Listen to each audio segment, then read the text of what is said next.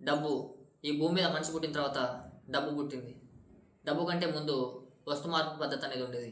ఆ వస్తు మార్పిడి పద్ధతి ద్వారా అభివృద్ధి అనేది చెందదు, డెవలప్మెంట్ అనేది జరగదు. ఈ మనుషులు నిరంతరం ఒక దానికోసం కష్టపడాలి, పొద్దున్న లేస్తే దానికోసం పనిచేయాలి, పొద్దున్న లేస్తే దానికోసం పరితపించాలి అనే ఉద్దేశంతో ఈ మనుషులు డబ్బు అనే కాన్సెప్ట్ని కనిపెట్టారు. ఈరోజు ఆ డబ్బు గురించి మనం కొద్దిసేపు మాట్లాడుకుందాం.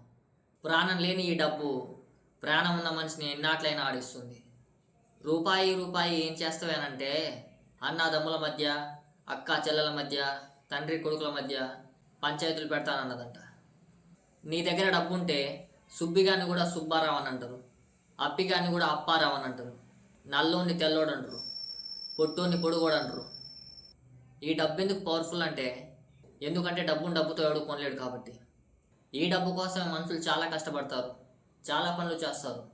కొంతమంది చదువుకొని ఉద్యోగాలు చేస్తారు, ఇంకొంతమంది బిజినెస్ చేస్తారు, ఇంకొంతమంది కష్టపడి కూలీ పని చేస్తారు, కొంతమంది పెయింట్ వేస్తారు, కొంతమంది తాపి పని చేస్తారు, కొంతమంది పానీపూరి అమ్ముకొని బతుకుతారు, కొంతమంది కూరగాయలు అమ్ముతారు, కొంతమంది క్షవరం చేస్తారు, కొంతమంది హోటల్లో పని చేస్తారు, కొంతమంది పెట్రోల్ బంక్లో పని చేస్తారు, కొంతమంది మురికాలలో మురికెత్తుతారు.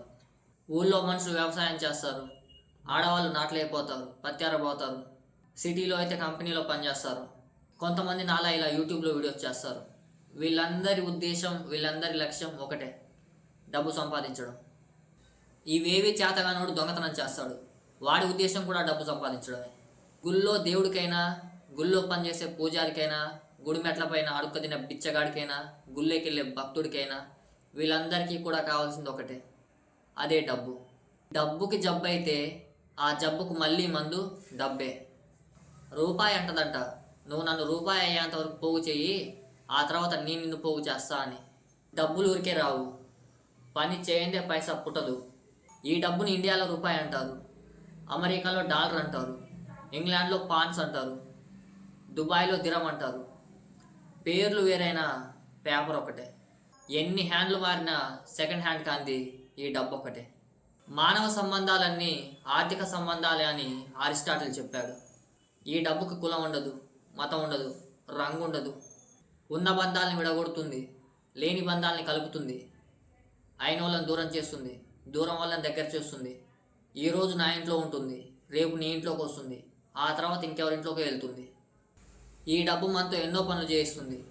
దొంగతనాలు చేయిస్తుంది, హత్యలు చేయిస్తుంది, మోసాలు చేయిస్తుంది, స్కాములు చేయిస్తుంది, మనుషుల ప్రాణాలు తీయిస్తుంది.